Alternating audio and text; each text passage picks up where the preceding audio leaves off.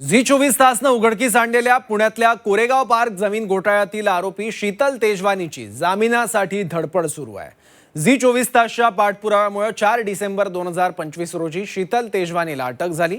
शीतलला अटक झाल्यानंतर तब्बल 4 महिन्यांपासून ती न्यायालयीन कोठडीत आहे। या जमीन प्रकरणात सरकारने चौकशी समिती नियुक्त केली होती।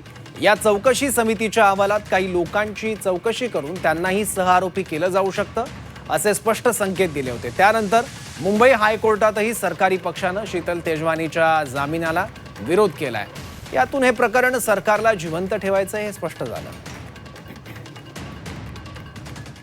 मुंडवा जमीन घोटाळ्यातील एक आरोपी शीतल तेजवानी हिच्या जामीन अर्जाला मुंबई उच्च न्यायालयामध्ये शासनाने जोरदार विरोध केला।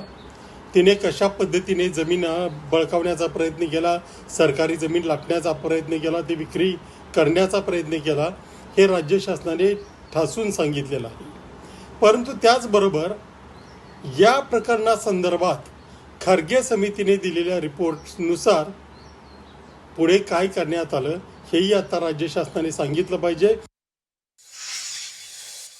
त्या अहवालामध्ये स्पष्टपणे जमीन खरेदी करणारे, विकणारे आणि सरकारी अधिकारी या सगळ्यांना दोषी ठरवण्यात आलेला आहे। त्यामुळे शीतल तेजवानी दोषी आहेच, तिच्यावर कारवाई झाली पाहिजे, तिच्या जामीन अर्जाला विरोध केला पाहिजे।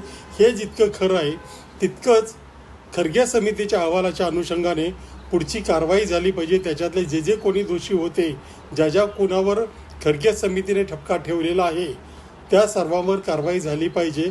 तरच हे प्रकरण योग्य मार्गाने चाललेलं आहे असं म्हणता येईल। अन्यथा काहीतरी कुणाला तरी काही लोकांना दोषी ठरवून बाकीच्यांना निर्दोष सोडण्याचा हा प्रयत्न आहे असं लोकांना वाटल्या वाचून राहणार नाही।